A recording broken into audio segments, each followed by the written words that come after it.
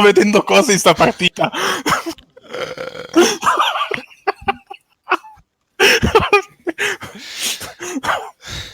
Oddio, non sto morendo. Beato te.